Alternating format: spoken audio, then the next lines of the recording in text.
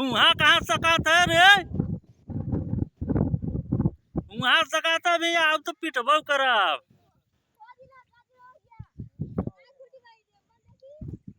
ए लड़के, वहाँ कहाँ सकात है भैया, अब तो पिटबो करब। कोनो जानवर धैले तब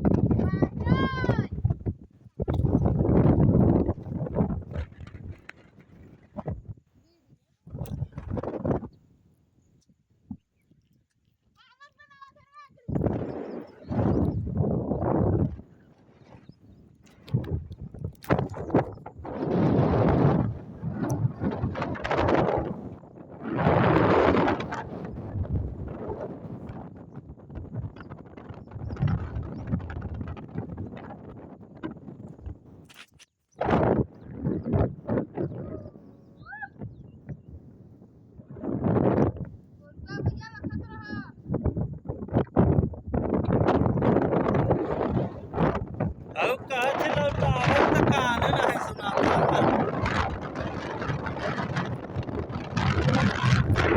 जा जा बैठल है।